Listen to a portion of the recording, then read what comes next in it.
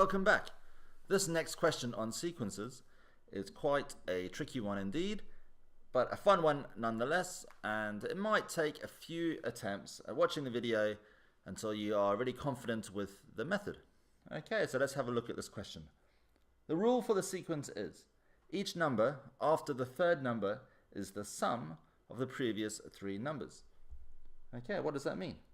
It means that 5 blank 12 blank and then 49. We need to find out what the blanks are. So the way to solve these is to make two equations. So we have to use some algebra and replace the missing numbers with letters. And I'm going to call those x and y. The typical algebra letters. Okay.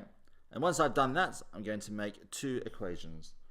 So the first three numbers add up to make the fourth number. So I can write that as 5 plus x plus 12 equals y. And then following on that pattern, the next one will be x plus 12 plus y equals 49. And that can be simplified to make x plus 17 equals y, and x plus 12 plus y equals 49. Okay, so we have two equations. So what do we do with these two equations? We still have two unknowns, the x and the y, and we don't want that. We can't solve an equation when there are two letters involved. We have to make it so there is only one letter. Okay, so how am I going to do that? And the answer is we are going to substitute one equation into the other. And we can either choose x or y. It doesn't matter, but we have to eliminate one of the letters. Okay, so in this case, I'm going to choose y because it is on its own. And that makes it a lot easier. Okay, so rather than writing y, I can replace that with x plus 17. So let me start with the second equation and let me write it out. X plus 12 plus y, and instead of writing y, I'm going to write what it equals to, x plus 17. Okay, and I carry on, equals 49.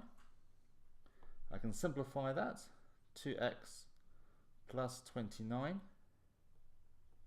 equals 49. Okay, take 29 away from both sides. I get 2x equals 20, divide by 2, and my answer is x equals 10. Okay, so fantastic. We have solved that first missing number, and then simply we can just use that to find y. So we know that 10 plus 12 plus y equals 49. That's 22 plus y equals 49. So in that case, we take 22 off both sides, and y equals 27. Okay, well, that is a lot to take in. Watch the video again if you would like, or if you're confident, have a go at the questions below. Good luck.